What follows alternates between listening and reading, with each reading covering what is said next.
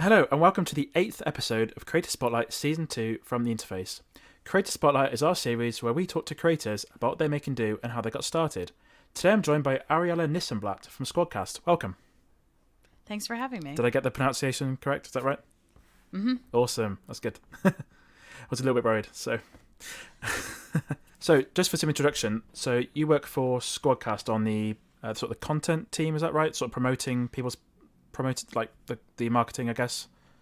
Content and community. So I am in touch with community members like you and other folks who have opted in to be in our Slack channel or who chat with us on social media or in our Facebook groups. And I figure out what they like about the product. I figure out what could be improved. And then I figure out how we can highlight them. So are there case studies that we can run to show off the customers? Or maybe it's a really great way to just like share that we are interested in your growth as a creator. So I do that. So that's sort of community and content. And then we also have a podcast that I produce, a YouTube channel that I produce. And then we also have a blog. And then sometimes we do events. Sometimes we go to events. So anything in between. It's a startup, so I do a lot. Yeah, definitely. So how long have you been at Squadcast? Almost 3 years. Wow. Okay. I know. Fair enough. I've only been podcasting for a year, so I started this podcast this time last year, and then since then I've started 2 other ones as well. Wow. I know it becomes a thing. You're like, yeah. Gotta have multiple now. It's really good. It's great. I didn't really know what I was doing to start with, so my good friend James gave me a hand with what to get and how to do it all. So he's been doing podcasting for a little while, so it's good to. It's good. It's good. You meet a lot of people, and it's yeah. Yeah. Your setup looks legit. Yeah, I've got some. Actually, I haven't got all my lights on. One sec. That one's not going to work, is it? There we go. That's better. Ooh. Don't know if that's too bright now, but no, that's nice. Got some Elgato key lights. They're quite nice. handy. So awesome. So you mentioned you produce a podcast. What's that podcast called? Is that a Squadcast production or is it your own thing? Or I produce a few podcasts. The Squadcast podcast is called the Squadcast podcast. For a while, it was called Between Two Mics. And it was Zach and Rock, the co-founders of Squadcast, interviewing other people in the podcast space or chatting with each other about updates to Squadcast or, what was going on in the podcast world, sort of pontificating. They did that for about 3 years. I produced that show when I came to Squadcast, so starting in 2020. And then about a year and a half ago, we started playing around. We started experimenting with the format. So we did a bunch of episodes where we highlighted other Squadcasters. We interviewed Squadcasters specifically.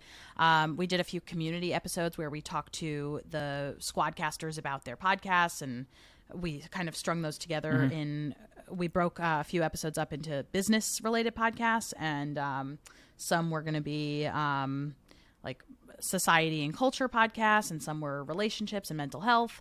And we sort of grouped Squadcasters together and then did some narration between each little interview that we did with them. So those were really a few great episodes where we just played around with what it means to have a branded podcast from Squadcast. And lately, for the past 6 months or so, we've been featuring Squadcast recorded podcasts on our feed. So the feed is entirely Squadcast recorded podcasts. So each episode starts off like, welcome to the show. My name's Arielle. I'm a Squadcaster. I've been Squadcasting for X amount of time. In a minute, you're going to hear an episode of my show because on the Squadcast podcast, Squadcast likes to show off the podcasts that are recorded on their platform. In the episode you're about to hear, it's about X, Y, and Z. Let's get started. So then we just play that episode. So people can submit their podcast episodes at squadcast.fm/share. And so we're using our feed to show off other people. that's awesome. Yeah, because there's so many shows out there, so it's hard to know what to listen to. I mean, there's been a explosion in, I think during lockdown and stuff. There was a lot of podcasts started during that time. There's definitely a lot of stuff to find. So it's good that you're sort of promoting other people's work. Definitely. Yeah, it's hard for creators to get discovered. So if we can help, we try. Yeah, I appreciate it. It's good. So we're just going to talk about what Squadcast is a little bit, because I've only used that. That's all I've used. Cool. How'd you find us? Really useful. I had some problems with recording a few of my episodes last year where I lost some of the local recordings, so I could just fall back on the cloud recording. And that was mainly to do with a browser issue, so I know using Chrome. How did you find Squadcast in the first place? Through my previous co-host of Charging Status, James. Nice. So I was looking. Oh, James, we love James. Yes. Yeah, love that. Definitely. Yes. Sorry. So introduction into it a little bit. So it's basically, so people who are not sure what it is, it's a way of reliably recording video podcasts and audio podcasts remotely. So what we're doing now, you're over in the US, I'm in the UK, so we're getting the timing right on it can be a bit tricky. And especially with audio drift, it's the fact that there's local files being recorded. I remember listening to some podcasts ages ago. There's one I used to love about Apple stuff, and I remember they would talk about how they started. They would clap to time everything. Thinking, it must be a pain to line up. And the first episode of this I edited last year was like, oh, that was actually quite easy to do. I just dragged the files in, cut out all the ums and weird noises and stuff, and that was it. So yeah, Squadcast is awesome. I've been using it for 4.5 years, so way before I worked at Squadcast. I used it for a podcast of my own, and it just makes it really easy because all you have to do is send a link to the person that you're interviewing or the people that you're interviewing, up to 10 people in a session.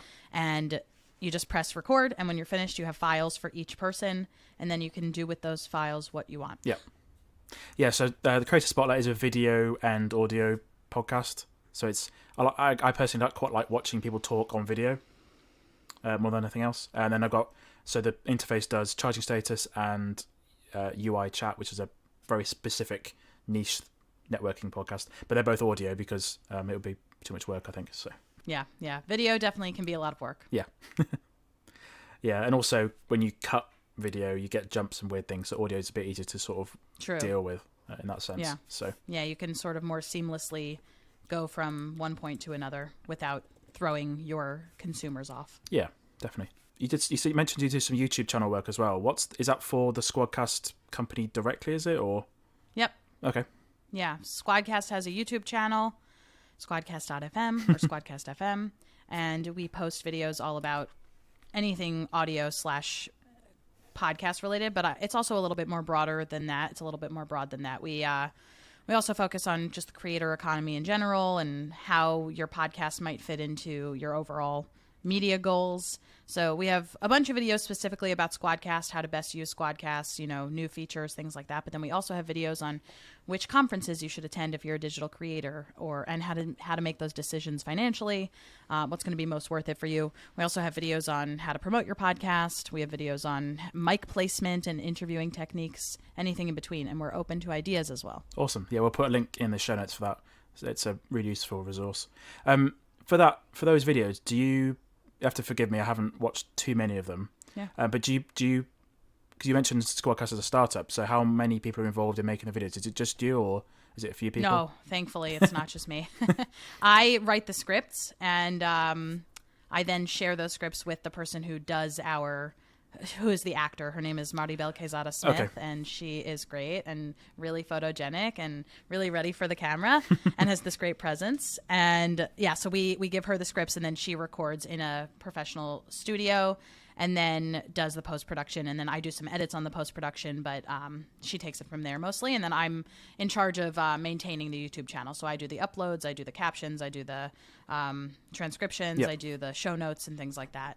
So I write the scripts, and then I pass it to the rest of my team to look over to make sure everything looks and sounds good, and then we go to production. Yeah, I always ask about the production behind video, because I spoke to quite a few people that they just do YouTube, that's all they do, and it's interesting to find out there's some people that have a whole team with them, and there's some people that just do everything themselves, and it's just I find it really interesting to find out what people are doing in that sense. It's no one ever talks about the behind the scenes stuff with videos. It's always quite interesting. It can be a lot. Yeah, it's definitely time consuming. Oh yeah, and expensive. Yeah, I agreed. Yeah, definitely. Yeah, awesome. We're going to talk about what makes a good podcast, because we're sort of going to talk about podcasts on a podcast, which is quite funny. Trust me, I do it every day. Yeah, I'm sure. What do you think is sort of the secret sauce, if there is one, for like a good podcast that someone could make? It's very broad. It depends what your goals are. It depends who your potential listeners are.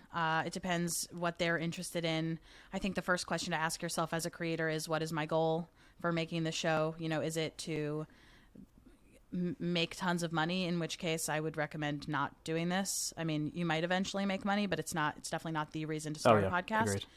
Agreed.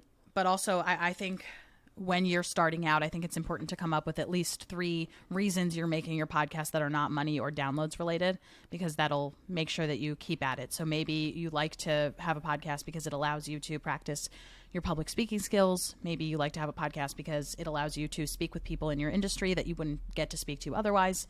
Maybe it allows you to just say that you're a podcaster, which is great for you because maybe you work in technology and it's great to have this as a proof of concept, right? So I would come up with a bunch of different goals, a bunch of different reasons for why you're making a show other than just making a show. I just wanted to make a show. So I think when you're thinking about what's the secret sauce for a podcast, I mean, this applies to a lot of the shows that I listen to, but I think being transparent with your audience is important. So if your show is a show that purports to teach people, then you should let people know what they're going to learn and then maybe recap for them what they've just learned. And obviously it doesn't need to be like, hi, I'm going to teach you exactly what you're about to learn. And then at the end, you don't have to be like, here's what you learned, but kind of recapping in a way that's a little bit more natural sounding, I think is important, because there's just so many options out there. You mentioned this before. There's so many podcasts. How do we find the ones that are worth our time? Mm-hmm. And one way to not be worth somebody's time is to promise them something and not deliver upon that promise. So if you are really interested in being somebody's favorite podcast or one of their favorite podcasts, I think it's important to set expectations and then make sure that you are following those expectations or helping people get to the next stage of why they came there. Yeah, definitely. I think as you mentioned, you get to talk to people that you necessarily couldn't talk to before. I didn't really think of that when I started this show, but there's a lot of people that I thought I'll never really speak to them otherwise. And it's really interesting to speak to people for an hour or however long and just ask them what, like, especially for creators and things, ask them what's their whole process like. It's very, very interesting. Yeah. So, yeah, definitely. Yeah. I have more secret sauce if you're interested. So I think setting expectations and then following up on those expectations is really important. But I also think, making sure that you're building marketing into every aspect of your show is important as well. So a lot of people focus on the content and then wonder why their show is not being picked up or, that they're only getting 50 downloads per episode. It's because they're not spending any time on marketing. And marketing doesn't necessarily mean going on social media and posting that there's a new episode out now and here's the guest and here's, what we talked about. But it's more than that. Social media is great. It's not going to be the biggest driver of downloads. But, coming up with collaborations with other shows that are similar to your show, getting in front of that audience so that you can talk about your show. So maybe you become a guest on a show. But thinking about which media outlets might be interested in covering your show. Maybe you have a guest on who is from New York, like me, and maybe you then reach out to the alumni institutions that I'm a part of and you say, hey, I had Arielle on as a guest. Would you be interested in featuring her story? She's an alum of your school. Thinking of anything that you can do that might get your show in front of potential new audiences that might listen. And then maybe they came for me initially to listen to me on your show, but then they like you as an interviewer so much that they want to stick around for the rest. So I think secret sauce to having a successful show is, number 1, setting expectations. Number 2, making sure that you are actually paying attention to marketing as well as content. Yeah, definitely. That makes sense.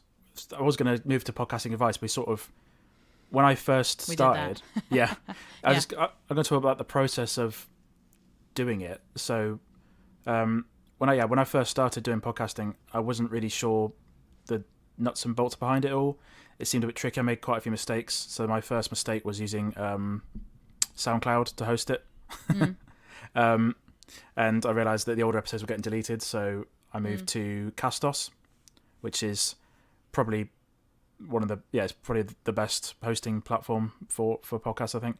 And we talked about making money off podcasts. They've just started doing monetization as well for adverts. So that's another section which is really hard to. So very much it's like a smoke screen. You don't really understand what's behind it and how to make it work. And they look like they've made it easy to use, which is really good. Great. So, yeah, I think not every podcast needs to be monetized. No, that's true. Or should be monetized at every level. You know, if you have a show that's only getting 10 downloads per episode, it's probably not going to be worth it for you or for a potential advertiser to run ads on there, because you might just alienate the 10 listeners that you have. Yep. But it's good to get in the practice of finding advertisers and making deals and running ads on your show and getting your listeners used to ad breaks. Yeah. So I think that's a good move. Yeah, definitely. Yeah, you mentioned sort of doing transcripts for shows. How do you? What's the method that you use for that? Do you use anything automatic? I use a software called Trint, Trint. You upload your file, and it does a pass-through using AI. And then I usually go through and make changes, because it's not always going to pick up names perfectly. Right. Or, some words are just not going to be understood perfectly. So I go through and I make sure that it's good. And then some podcast listening apps will display a transcript if you use an SRT file. But for the most part, the way most people are using transcripts is they are, making the transcripts available on a web page and then linking to that web page in their show notes. Okay. Did you think? Not that I've never used transcripts for myself. Are they more of a? What sort of use case do they have? Accessibility is number one. Right. Okay. So for people who don't necessarily, who can't hear or are not in the mood to consume by way of listening. Right. People who are hard of hearing, deaf. But yeah, so accessibility is a really great thing. And then if you need another reason, it's great. It's a great way to beef up your website, because you can add pages to your website, and those pages will be filled with keywords that are associated with your podcast. So that's great. It also allows you to edit pretty easily. So if you were making cuts in your discussion, so after this, say you finish this interview with me, then you upload the raw audio file to Trint or to Capshow or to any of the places that do transcripts. You would know exactly what we were talking about. And if you knew that you wanted to cut something, like say you made a joke and you hated that joke and there was a specific word in that joke, and you knew that that was the only time that we said that word throughout this conversation, you could Control F for that word, and then you could delete, right? And then you could also in your audio file get rid of that. So that's a really great way to. I never thought about that. That's another reason. Yeah. It's great for editing. Oh, definitely. So then what you would do is once your initial editing is finished and you're ready to go to post-production, or when you're ready to go to your final product, you would then run the audio file through a transcription service again, so that you would have the actual file that you're going to upload. So you have your file that you're using for editing, and then you have your final file that is used for consumption. Yeah, I never thought about that, because if you think you've mentioned something, you're not overly sure at what point it was. Right. That's a really good tip, actually. Right. Like, I mean, we've said the word podcast a million times here in this. So if you Control F'd on this transcript for podcast, it would probably come up 50 to 75 times. I'd be curious. But like, say I made a joke that was just like offensive. Yeah. About let's say French people. I don't know. And you were like, Arielle, we're not going to keep that in there. Then you could Control F for French people and then cut that out. Yeah, that's a really good tip. It's like, I never really thought about that before. Last thing we're going to get onto is I think some people aren't. What do you think about the trend at the moment with podcasts, where it's moving away from the openness it used to be, or still is really? So podcasts are going private, not private as in, you know what I mean, like Spotify taking some of the podcasts and making them only one platform. Fun news, it looks like that is reversing as we speak. I think it was just announced today that Harry and Meghan's company is no longer going to be making podcasts with Spotify. They were initially exclusively with Spotify. Okay. Joe Rogan is still, of course, with Spotify. He has an amazing deal. Yep. But so many of the shows that were once exclusively with Spotify are pulling out. Spotify is also laying off tons of people. A lot of media companies are laying off tons of people. It's a sad time in media this week, especially for newsrooms. but back to your initial question, what do I think about the trend? I think we're actually moving away from it for the most part. I think people are understanding that in order to reach the widest possible audience, it just makes sense to be available everywhere. Yeah. And I understand that Apple Podcasts, for example, wants to unlock subscriptions so that you could potentially ask your listeners to pay, $2.99 a month, maybe up to $10.99 a month for exclusive content. But that still doesn't make the show completely exclusive. You could still listen to it elsewhere and then just opt in for extra content on specific platforms. Yep. I think that it just makes sense to have your show available everywhere. Yeah. Unless for some reason you are being paid a ton of money to have it available exclusively. Yeah. And that would mean that you have a really big audience that would be willing to follow you to that place exclusively. Yeah.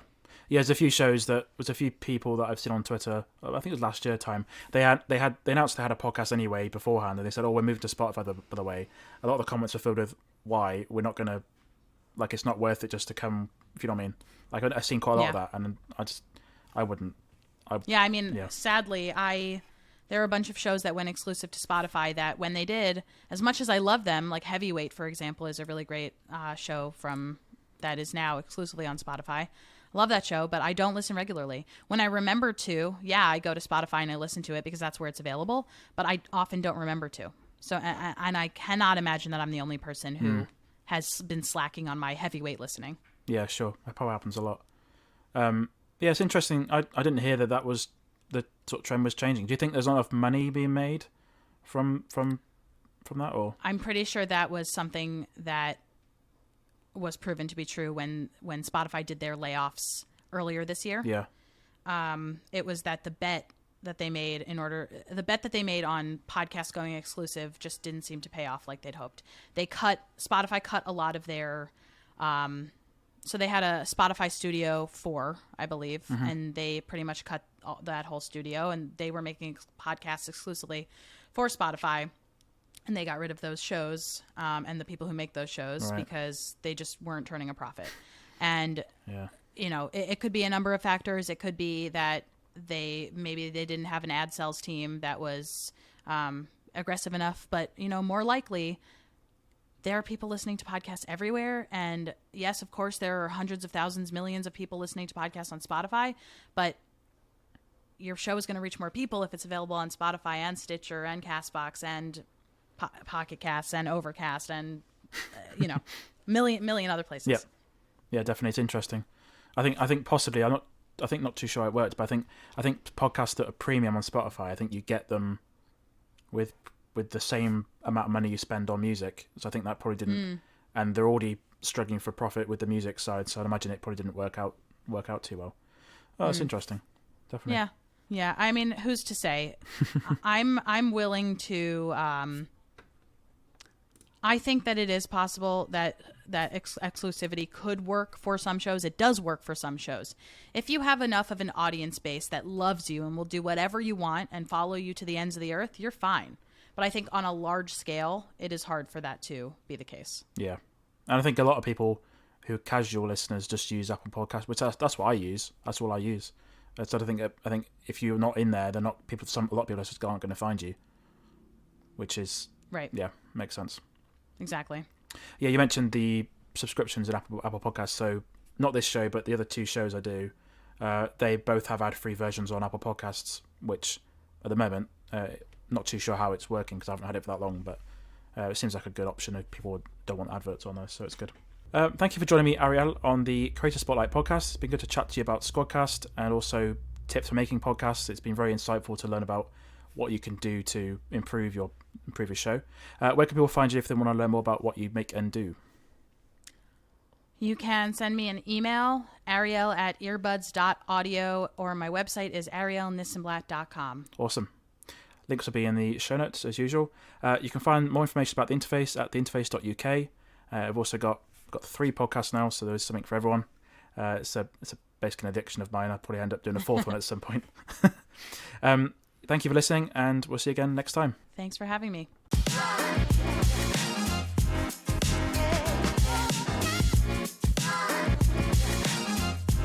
Thank you.